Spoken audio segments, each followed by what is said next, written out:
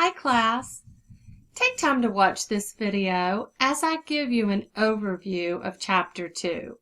Now, the beauty of taking classes online is that you can watch this video at your convenience. You can stop it, you can start it, you can watch it over, you can do whatever helps you understand. So, it's really important that you watch the entire video. You are building a coding foundation, and let's make sure that this foundation is strong. This week, you've read Chapter 2 in your step-by-step textbook.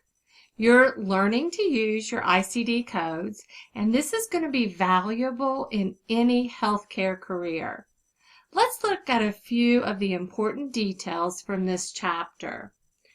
ICD codes are used to tell the reason that the patient is receiving medical services.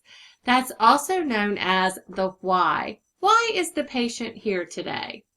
And this diagnosis will be linked to medical necessity. Now, medical necessity, you'll hear that a lot as you go into healthcare.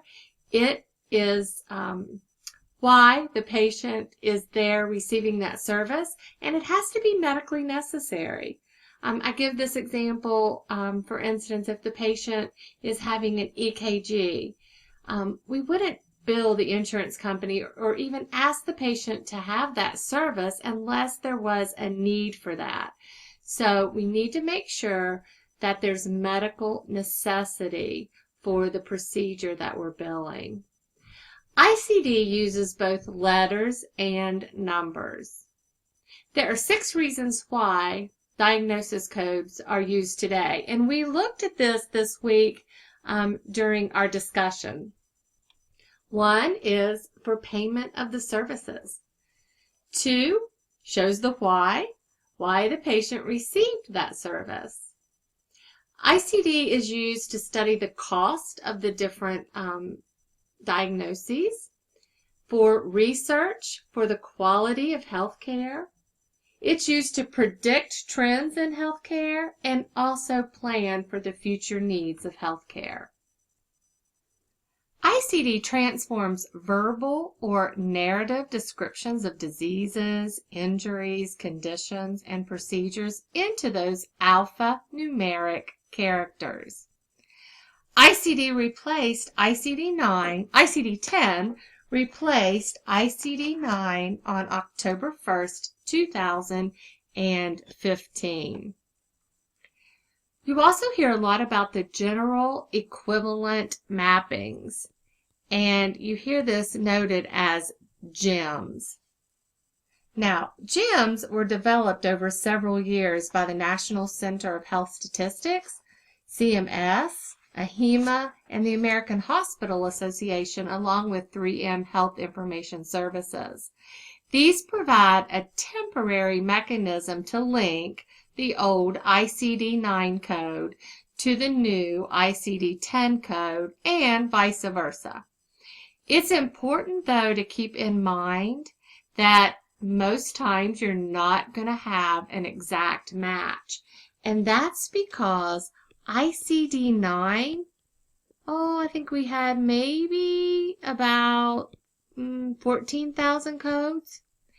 And in ICD-10, we have, somewhere around 70,000 codes. So you can see there can't be a match for match. ICD-10 utilizes an index on 3 levels. We see that with our main term, the subterms, and carryover lines. Now, in this example here, our main terms would be these 3 in red, bolded in red. Those are our main terms. Our subterms, you can see, are found here. And then this would be a carryover line. Due to specified organism. C, pneumonia. That would be a carryover line. So there's a few examples about the levels of indentation in the alphabetic index. Where do you find the diagnosis? Diagnosis codes are going to identify, remember, the reason for that healthcare service. Diagnosis coding will come from the medical record. So you're going to find in the medical record the reason for that service.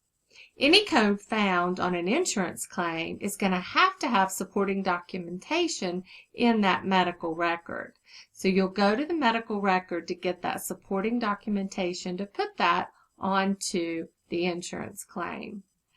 Violating coding and billing rules can be classified as fraud and or abuse. And you learned about fraud and abuse in your previous courses, so I won't go into that today.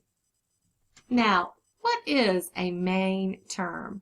A main term can be a condition, such as a fracture.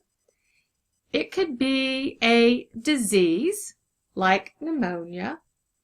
It can be the reason for the visit, like maybe some type of a screening. Or it may be an eponym, which is a disease that's named after someone. Either you'll find that sometimes it's named after the person that actually discovered that disease, or it could be named after maybe a famous person that has suffered from that disease. When trying to find the diagnosis, you're always going to start there with your main term. And the main terms are going to be found in the alphabetic index from your ICD10 manual. The subterms are going to be found underneath those main terms, and they're indented to the right. So, you see this is a list of the subterms listed under pneumonia for the main term. They begin with lowercase letters, and you'll notice they are not bolded. So you can see the difference there between a main term and a subterm. We also have a tabular list, and the tabular list is a listing of all the codes available for assignment, including their description. Sometimes you may find a term in the alphabetic index that's not repeated again in the tabular list when you go back there to verify the code. And if this happens, you can trust that you're still in the right place because you saw it there in the alphabetic portion. This is just a space-saving mechanism, so nothing to worry about.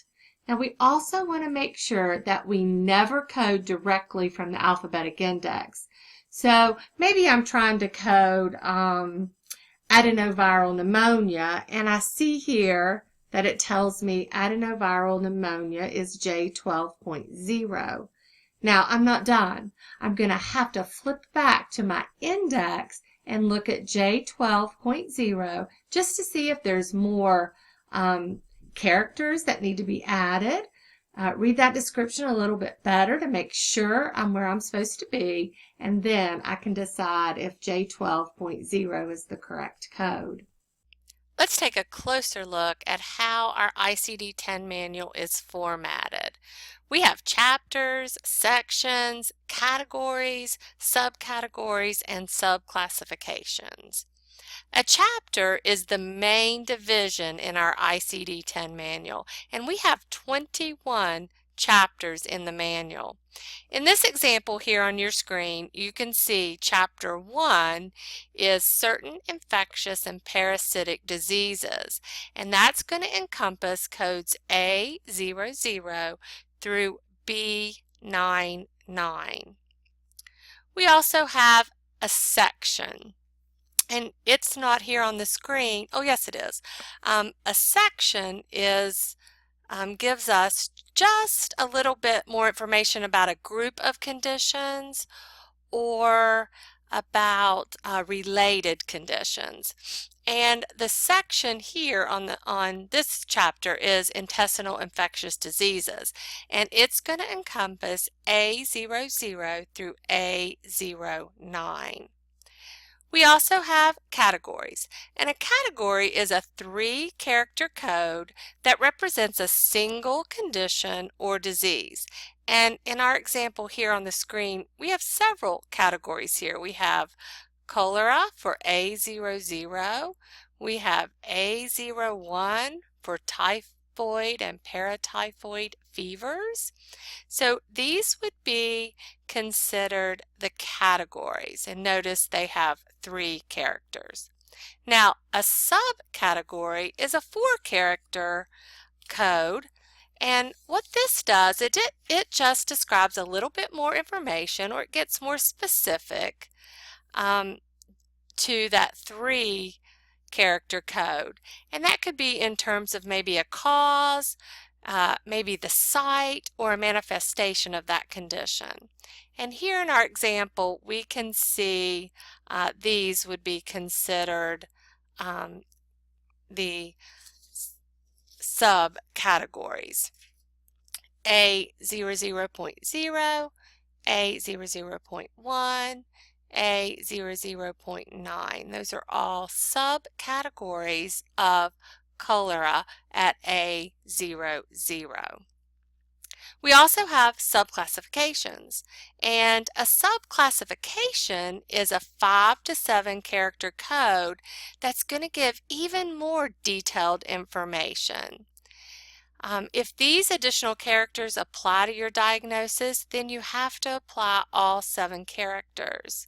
And here is some subclassifications with 6 characters, and they're listed here under typhoid fever, and it just gives a little bit more detailed information about typhoid fever. And if you are coding your medical record and you see that your patient has typhoid pneumonia, you're going to want to make sure that you come down here and you code A01.03. You wouldn't want to stop right here at typhoid fever, because you know that the patient actually has pneumonia, typhoid pneumonia. So you need to make sure that you always code to the highest degree of specificity. The ICD-10 manual contains a list of the conventions and the definitions that are going to be used when assigning codes. Now, these are usually found right there in the front of your manual. It's important that you become familiar with these conventions. These are the rules. Can you imagine if you were driving around your town and had no idea what the street signs meant, or what the rules were for driving? The same thing applies here. You can't expect to get to the right code if you don't know the rules. The rules are going to guide you through that process and help you become a really good coder. You are going to find abbreviations in both your alphabetic index as well as your tabular. Your alphabetic index abbreviations that you'll see, some of them are NEC. And NEC means not elsewhere classified. Now you're going to see that in both your alphabetic index as well as your tabular. Now, what does not elsewhere classified mean? This abbreviation tells you when a specific code is not available for a condition in the alphabetic index, it's going to direct you to a code meaning other specified. And that you'll find there in the tabular index. So, for example, if the physician gives you a very detailed diagnosis, but ICD-10 has not recognized that diagnosis yet, or that much detail in the diagnosis, you're going to have to pick a code that is not elsewhere classified. So it's not going to be as detailed as what's in your medical record, but it's as detailed as it can get with your ICD-10. NOS. NOS means not otherwise specified.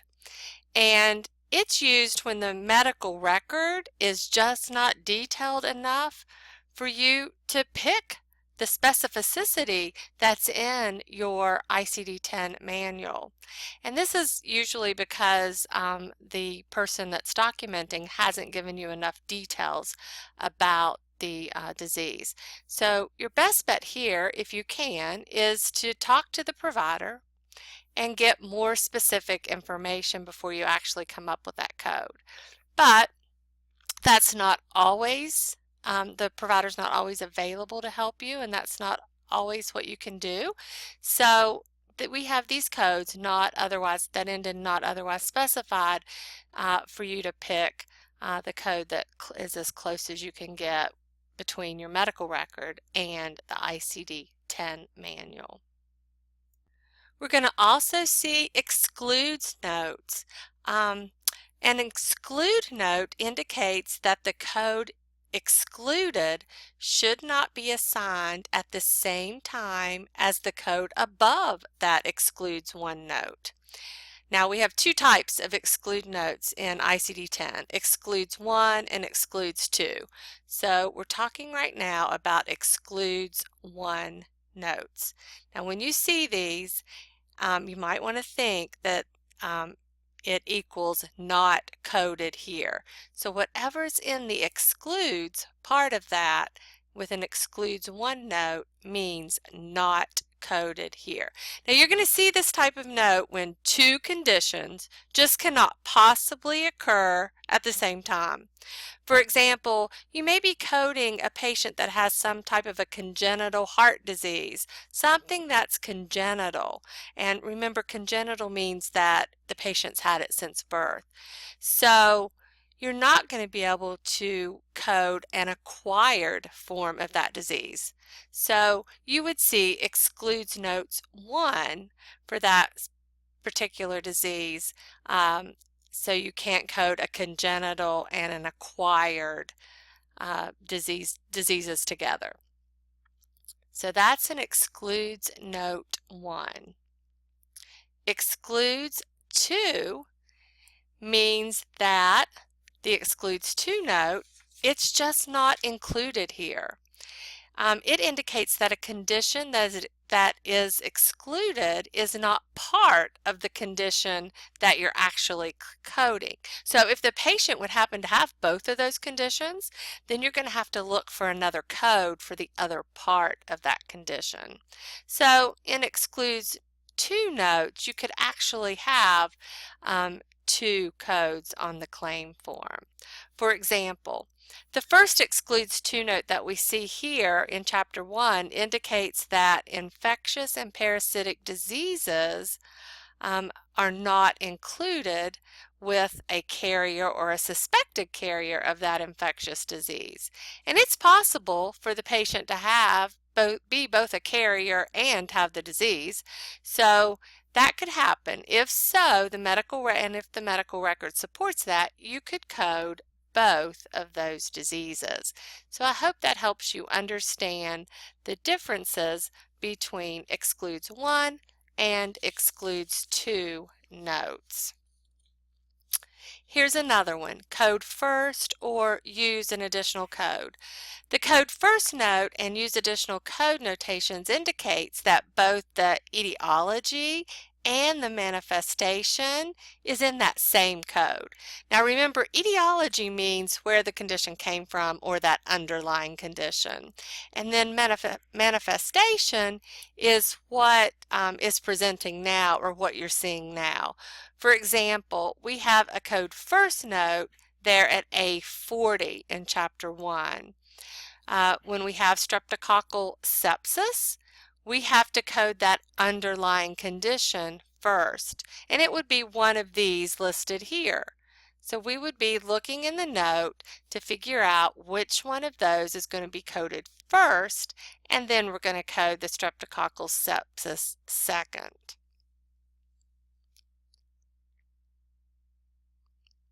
Code also notes. A code also note instructs that 2 codes may be required to fully describe a condition, but the sequencing and that means which one we're going to list first on that claim form, is discretionary, and that's going to depend on the severity of the condition and the reason for that encounter. The seventh character and placeholder X, this is new for ICD-10. For codes that require 7 characters and only 6 are in existence at this time, we're going to have a placeholder X.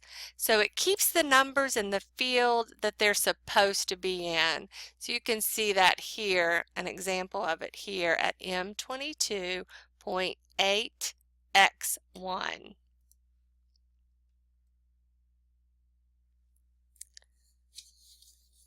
Let's make sure you have good understanding of the different punctuations that you're going to see in ICD-10.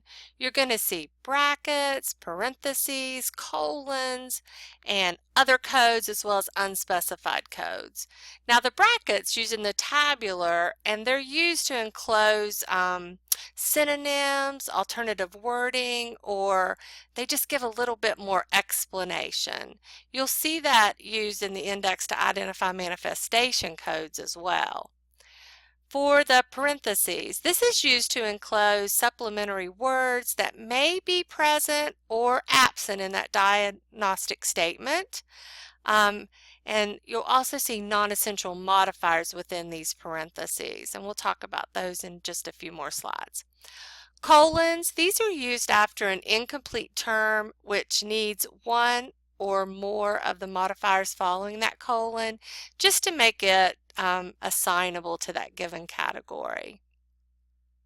And then unspecified codes, this is just when we don't have enough information in the medical record, it's pretty insufficient, and this is the code we have to go with because we can't query the physician or find out more about that code. And should be interpreted anytime you see that as and or. And there's some codes in ICD-10 that are for the knee and ankle. And when we learned English, we learned and to mean this and that. But in ICD-10, anytime you see and, you read it as and or. So that code would be right if it was just the knee or just the ankle or both the knee and the ankle. Now it's really important that you understand that and that you always read the term and as and or. With, it's sequenced immediately following the main term, and you won't see that in alphabetical order. We saw that back when we were looking at that pneumonia slide. Some of those terms were under the term with. C and C also. A C note indicates that there's another term that you're going to have to look at because your right code may be listed under that other term. C also instructs you that there is another term, and if you can't find what you're looking for right here in this category, see also this other term because it may be there. Non-essential modifiers. These are words that may be used to clarify the diagnosis, but they don't affect code assignment. In this example, if we're looking at ileus, all of these terms here are considered to be non-essential modifiers. Now notice they're all in parentheses. So if your diagnostic statement just said ileus, then K56.7 would be the term that you would go back and look in your index and make sure everything matches. If your medical record said bowel ileus, you're still at the right place. You're going to follow that K56.7. Colon ileus, you're still in the right place. Inhibitory ileus, you're still in the right place. Or intestine ileus, you're still in the right place. So these terms located after the main term in parentheses are called non-essential modifiers. If they're in your diagnostic statement, you're at the right spot for ileus. If they're not in your diagnostic statement, you're still at the right spot for ileus.